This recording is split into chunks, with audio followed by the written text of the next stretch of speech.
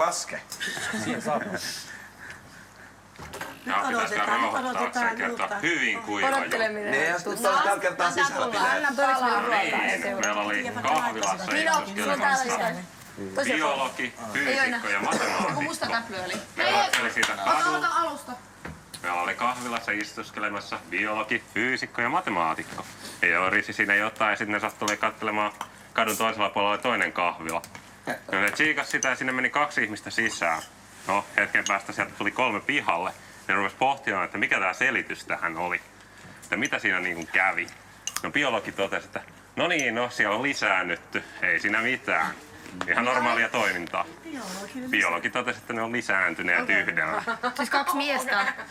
Ihan henkilöitä vaan. Sen tarkemmin menemättä persooniin. No niin, sitten fyysikko totesi, no meidän mittaustarkkuus saattaa olla epätarkka, että voi olla, että me ei havaittu jotain. Ja sitten matemaatikko totesi, että jos sinne kahvilaan menee 1 sisään, niin sitten se on tyhjä. Odotta, mä en tajunnut. Mä en ole oikein mukana. Mä en nyt tyhjää. Päivässä yksi lisää Mä oon tippunut aikoja sitten kärrystä. Sanoppa uudestaan. Mä en loppuassa mukana, koska se onkin tää porkkana tästä loppuun. No niin, eli biologi, fyysikko, matemaatikko katselevat kahvilaa. Sinne menee 2 henkilöä sisään, tulee 3 pihalle. Ai niin. No mikä on syy tähän? Niin, okei. Biologi toteaa, okei, biologinomaisesti se tarkoittaa, että ne on lisääntynyt siellä ja se on se selitys. No fyysikko toteaa, että okei, mittaustarkkuus oli huono. No matemaatikko toteaa, että jos sieltä on mennyt 2 sisään 3 pihalle, se saldo on -1.